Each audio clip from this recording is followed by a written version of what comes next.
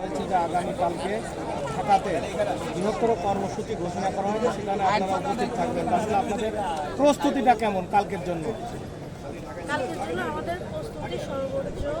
আমরা নারীরাও ঢাকাতে অবস্থান করবো ইনশাআল্লাহ। আমাদের পে কমিশন নবম পে কমিশন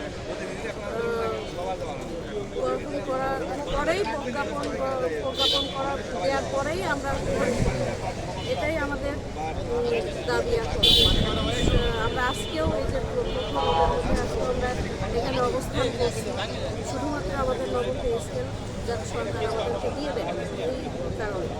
তো আমাদের ঢাকা যাওয়ার প্রস্তুতি সম্পূর্ণ হয়ে গেছে। আমরা আজকের মধ্যে যদি সরকার আমাদের কোনো পদক্ষেপ না নেয়, আমরা ইনশাল্লাহ কালকে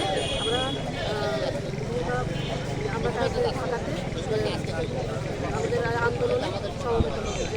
আসলে আমরা জানি যে কালকে যদি আপনাদের এই আন্দোলন মানে প্রধান উপদেষ্টার পক্ষ থেকে কোনো ঘোষণা না আসে, সেক্ষেত্রে কি আপনারা ওখানে অবস্থান করে আমর অনশন অথবা এই আন্দোলনটা কন্টিনিউ বা দীর্ঘদিনের আন্দোলনে রূপ নেবে কিনা?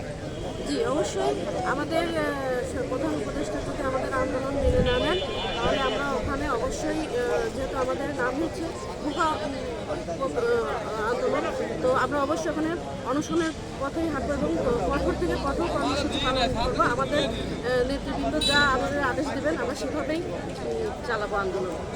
ওকে, ধন্যবাদ।